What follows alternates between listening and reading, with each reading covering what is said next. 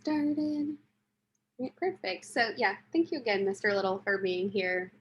But yeah, feel free to let us know. So for future people who are watching this, let us know who you are. Yeah, kind of what your job is, and yeah, tell us Okay. everything. All right. So my name is Chuck Little, but as Jamie knows, I tell everybody call me Little Chuck. That's my nickname. Just don't ask me to rap. Okay. And my title is Human Resource Director. So I'm a Human Resource Director for a group called the Atlanta Electrical Contractors Association. That word associations means we're a not-for-profit trade association, and we represent not one, not two, not 22, but about 50 different companies that employ over 5,000 people all around the greater Atlanta area.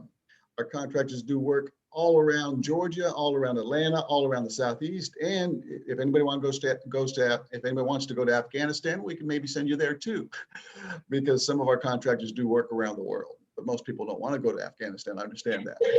We hire electrical engineers, project managers, supervisors, superintendents, bookkeepers, accountants, receptionists, foremen, lead foremen.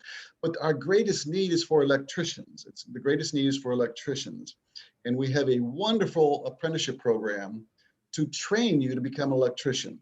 So the first thing I'm going to try to share, so I hit the share screen, I think is what I hit first. And there, my leaky pipeline. So I want to put this in context. Can everybody see that now? Yes. Okay, I'd like to put this in context with apprenticeship versus all the other different career paths a person could go down once they get out of high school, because there's only 5. There might be 12,000 literally different careers you can go to, but there's only 5 pathways to get to those. And the first one that everybody always talks about is going to traditional four-year college. But this shows you if 100 people enter 9th grade into the school system with a graduation rate of about 80% around Georgia and America, that means we lose 20 along the way, but 80% graduate. Then out of the 80% that graduate, even though a lot of folks are talking about going to traditional four-year college, the reality is only about 55%, just over half enter college. Even though when I say, hey, what are you gonna do after school, after high school, 80, 90% of kids raise their hands, I'm going to college. The reality is only about half, a little over half will enter college. And then the most important question, after they enter college, what percent graduate? And the reality is only about a little over half. If that number 30% was actually 27.5, it would be only half of kids that start college finish college. And most people don't understand that. And that number, 30%, goes hand in hand with, if you go to the US Census quick facts, it goes hand in hand with the number of adults that are 25 or over. How many adults have a four-year degree or higher? And the answer in America is only about 30 out of 100. So that goes hand in hand with what we know that's the truth and reality in America. All right, any questions about any of that so far? Okay, so again, I bring this reality to the kids when I speak in the classroom, and I think it opens a lot of eyes to the fact that no, we're not all going to college. And I tell them, don't misinterpret me. We're not saying don't go to college. We're not saying college is bad, but I'm just giving you statistical facts of life. Okay. So traditional four-year college is one way to get to a career. The second way to get to a career is two-year technical college. And I think that's a good option. When I ask kids, hey, who's going to do that in the classroom? I might get out of 30 kids, 1 or 2 kids to raise their hands. And I think they're missing the boat, because if you're spending about 30, 35,000 bucks a year for a traditional college and taking about 6 years to get a four-year degree, you go to a two-year technical college, it might take you about 3 years to get a two-year degree, and it can save you a lot of money because you're not paying for room and board and all that other kind of stuff. And so, there are a lot of good two-year degrees that will pay you good money, and you're only spending at the most 3,000 to 4,000. And if you're taking dual enrollment, you're taking free classes. So you get out of two-year technical college, and again, welders, diesel mechanics, a lot of the healthcare fields, X-ray technology, physical therapy technician, veterinary technician, pharmacy technician. There's a lot of good jobs that you can get with a two-year degree out there.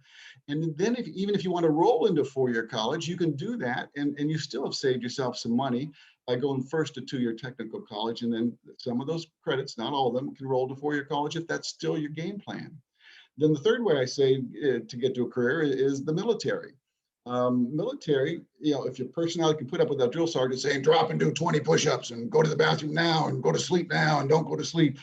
If you can put up with that, the military can give you some good education and training.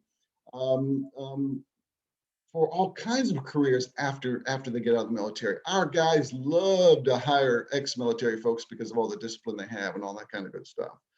So again, all kinds of good careers that you can get out to your tech college. The third, military. The fourth way is straight to the world of work. So the fourth way, I don't recommend unless you get additional education and training after high school, because there's two ways to ensure being poor in America. One, drop out of high school, and two, just get a high school diploma. You need additional education and training after you get out of high school. It might be 4-year college, it might be 2-year college, it might be the military. You could go straight to the world of work. And when I say, all right, what's a fifth pathway? They usually can't say the next word I'm about to say. It's called apprenticeship programs and trade schools. Most folks just don't get what's going on there. So apprenticeship program in our world to become an electrician. I hire electrical engineers out of college. I hire project managers out of college. I recruit out of Georgia Tech, Auburn, Kennesaw State, and I'll put you to work if you want to go get that degree, and we'll get you an interview with one of our contractors. And if you get an engineering degree, and I'm going to stop sharing this, and then I'm going to go to what's a degree worth, because I forgot to share that. Let me find it first. All right, come on. All right, let's hopefully, can everybody see that now? Can everybody see that? Nope, not yet. Not yet. So let me go.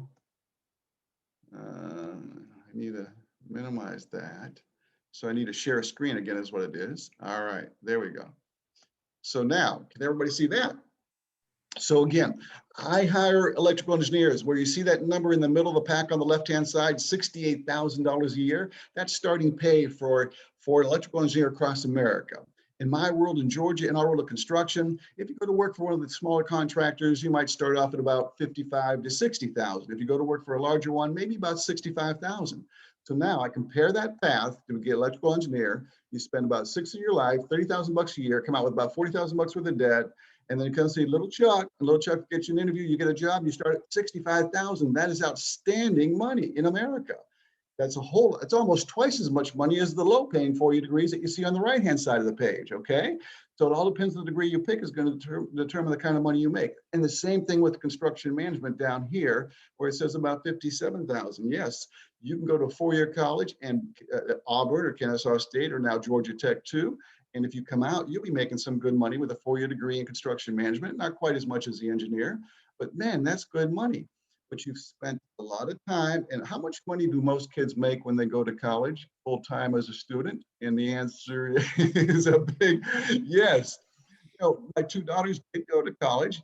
One waitress made 3,000 bucks a summer. The other daughter said, "Oh, Dad, Mom, I major in accounting.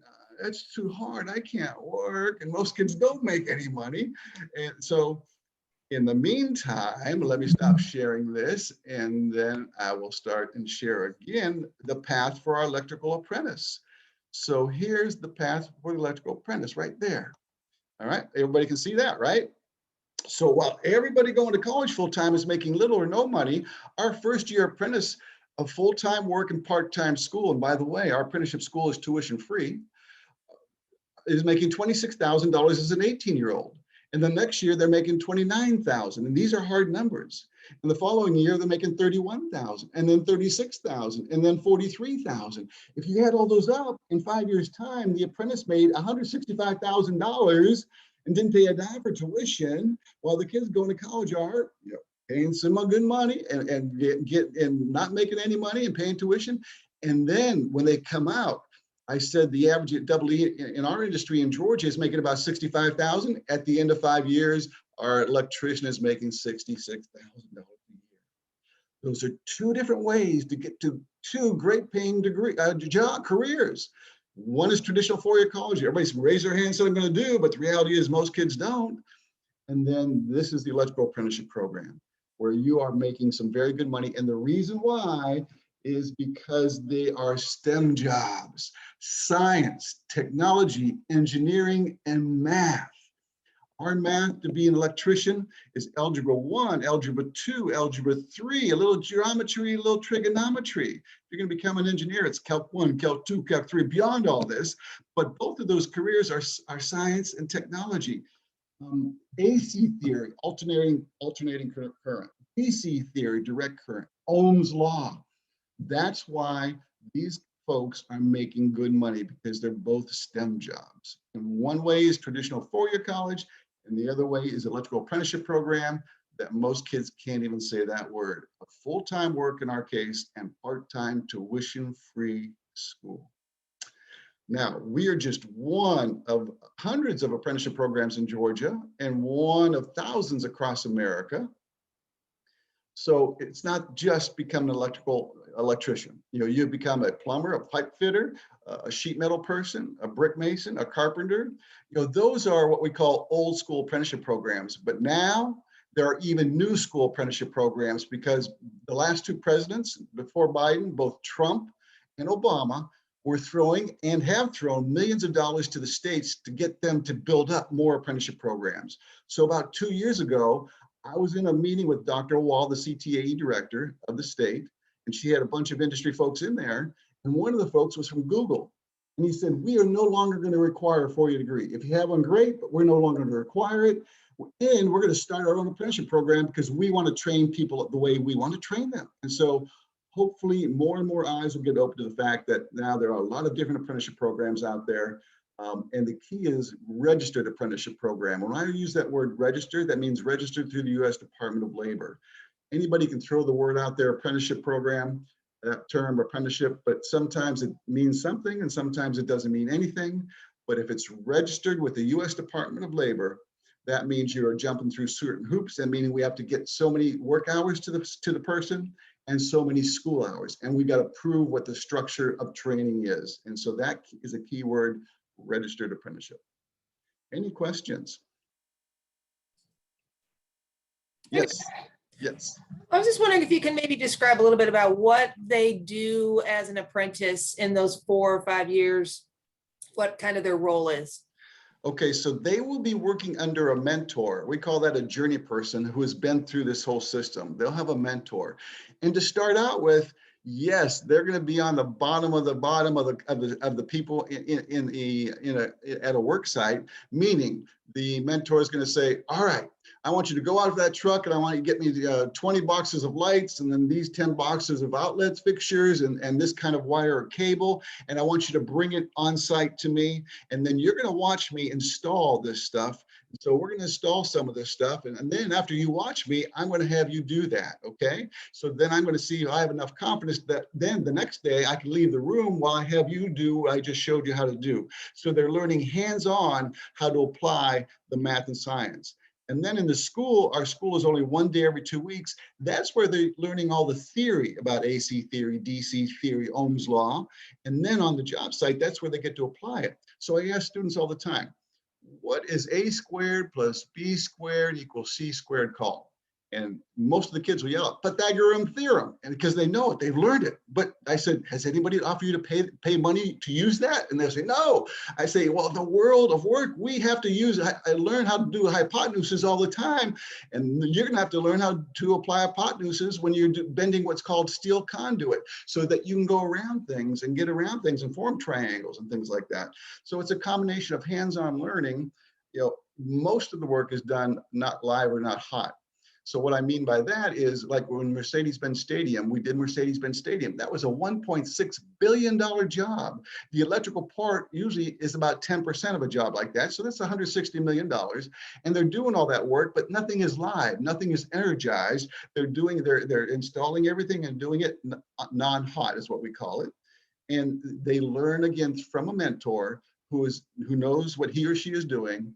And then they just go one step at a time until they get more work hours and more experience and more school hours where they start understanding everything. Thank you. That was very helpful. But it's all commercial and industrial work in our world. It's not residential. It's not houses. To these guys, houses are going to be easy. And some of these folks will start their own job on the side doing houses, but so that now they've got a good paying job and they got good benefits on top. And there, I didn't even talk about the benefits. We pay benefits on top of the paycheck. So when somebody's making $26,000 in the first box, it's not $26,000, it's that plus 20%, because we don't take the benefits out of the paycheck. You guys all have health insurance as educators, right? Does money come out of your paycheck? Yeah, well, in our case, we pay for 98% of the health insurance, and we have a great retirement program and a life insurance, dental, vision, and it's all on top of the paycheck. So when they graduate and become a journey person and they're making $66,000 a year plus 30% benefits, that's almost a $90,000 package for them in reality. That's amazing. I don't think I knew that. I'm sure you've said that in meetings that I've been in before, but I'm hearing it now. That's crazy. Yeah, I don't emphasize it enough. Yeah. Out of the 30%, 10% is going towards retirement. And I know everybody that starts in the business world thinks, oh, that's just here, that's way beyond the end of my nose, but it happens fast. It's going to happen for me in just a little bit. But 10%, so if that person doesn't work any overtime, then 10% more, $6,600 is going to a 401k with that person's name on it, and they get to control it.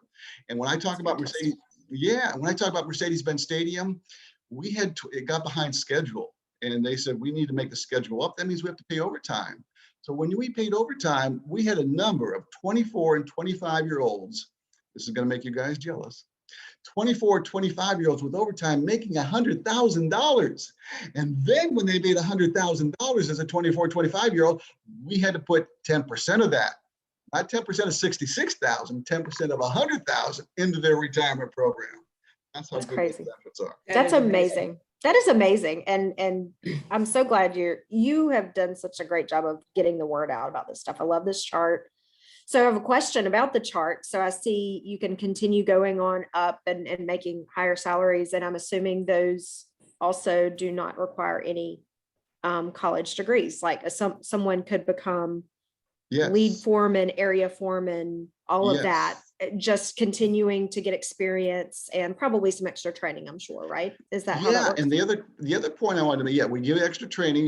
The training doesn't stop. But the other project, that one of the titles you see is project manager. You see in the bottom right-hand corner. And I also have the project manager on the 4-year degree program. So in this world, this is really interesting. Now, to become an electrical engineer, you got to go to college. And if you're going to become an electrical engineer, there's no ifs, ands, or buts. But to become a project manager in our world, about half of the folks that are project managers came out of college and then started in the industry, and about half came out of the field and became project managers without any college degree. So that's really an interesting thing. And now you talk about some good pay, the bonuses that these project managers get on top of the numbers I've already given you. Man, I did have one contractor. I took him to Kennesaw State University to speak to their project management, construction management team. He says, I have some project managers making over $200,000 a year. And some of those folks would have gone to college, and about half of those folks would have come up through the field. So I think that's the fear of a lot of people who are thinking about an apprenticeship or a trade. They think, oh, I'm not going to make good money, or there's not any opportunity for that. But you're telling us that that's definitely a myth. So I think that's very encouraging. If you go in the service industry or the retail, you're probably not going to make a whole lot of money, and people just overlook these jobs because they have the stereotype of a big belly, big neck, dumb as rocks kind of person. If they saw the books that we have, and we have each year, an apprentice has about a foot of books each year of science and math.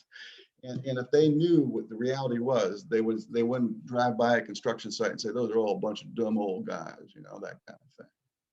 That's a good segue, I guess, into a question I have as far as like how maybe you could discuss the females in this role and in this field, or any of the apprenticeship fields, like just kind of talk about that a little bit with the. Yeah, I fight this stereotype all the time. I've recruited a number of good females recently from high schools.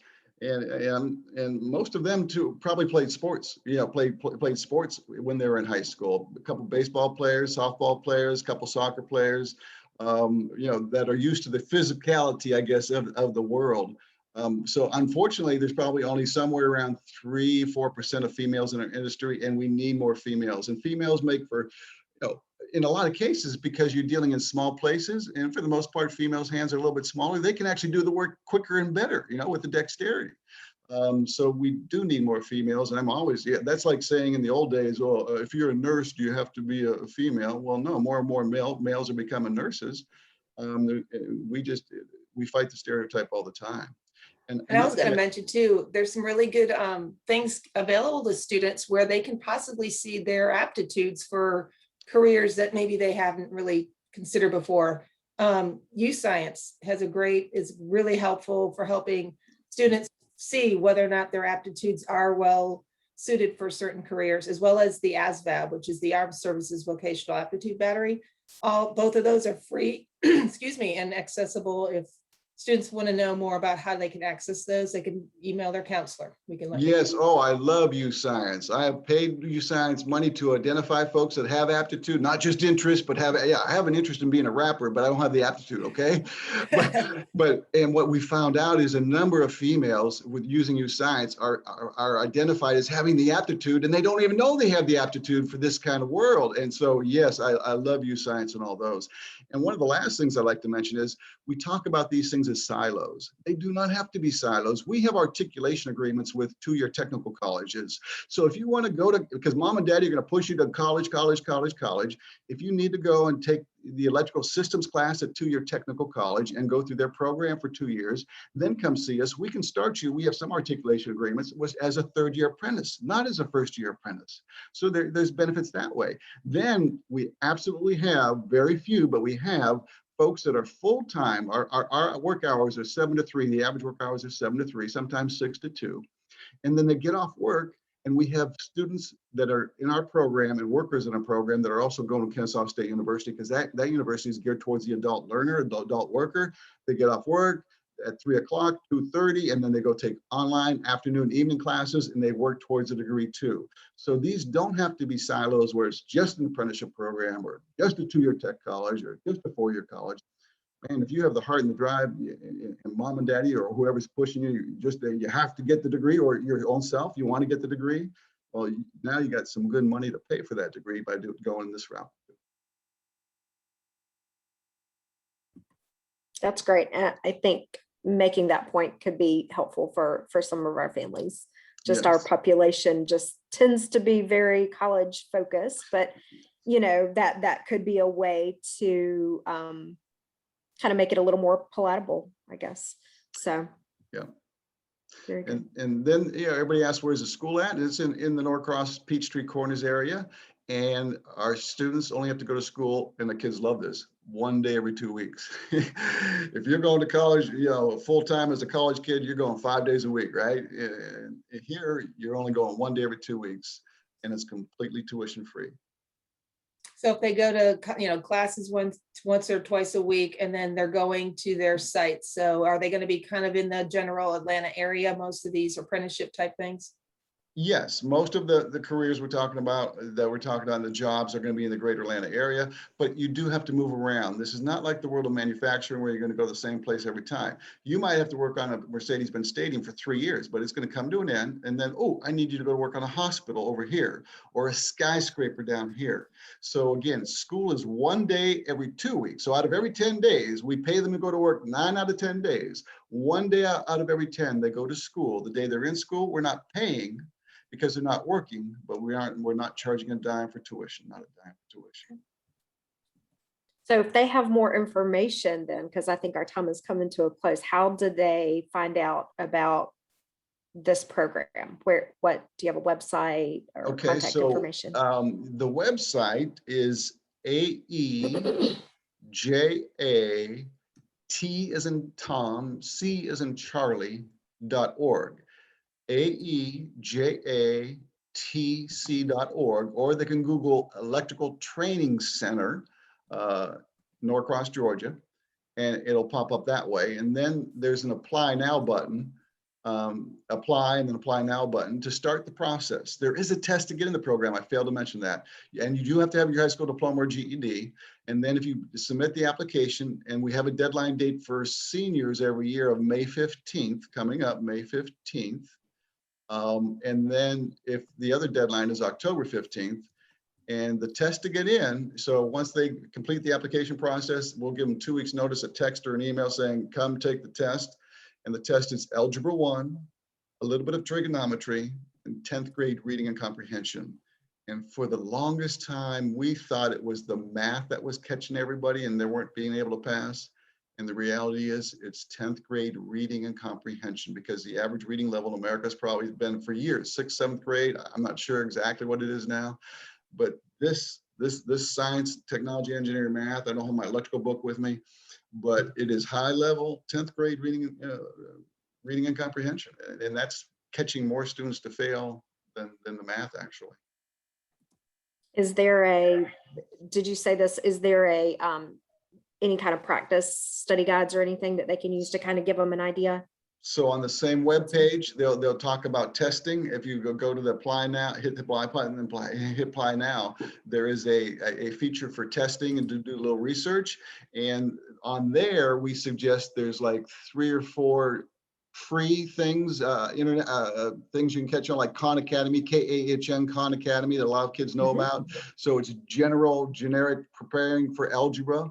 And then also there is another button they can click on if they want customized training, but that's not free. I think it's $49 if you want to customize for the math test, and $49 if you want to customize for the reading and comprehension. It's not very expensive, but it's not free. So there's some free things they can connect to, and some one that's customized training. Very cool. All right. This is amazing. I'm so impressed. Yeah. Thank you so much for joining us and sharing all of this. Well, can I share one more thing I forgot? Can I share? When I first started this job, I said, do you want me to try to recruit students that are A test takers and have an average work ethic, or maybe C test takers that have a great work ethic? And 9 times out of 10, they said, I'll take that C test taker with a great work ethic every time over that A test taker. We measure work ethic. And I wish every teacher, and I know every teacher could measure what you see on the screen right now. I'm assuming you can see all that. Initiative. I was in a class yesterday at a school. I said, hey, teacher, can you tell me who the top 3 or 4 or 5 kids that show the most initiative if I asked you to whisper in my ear? And he said,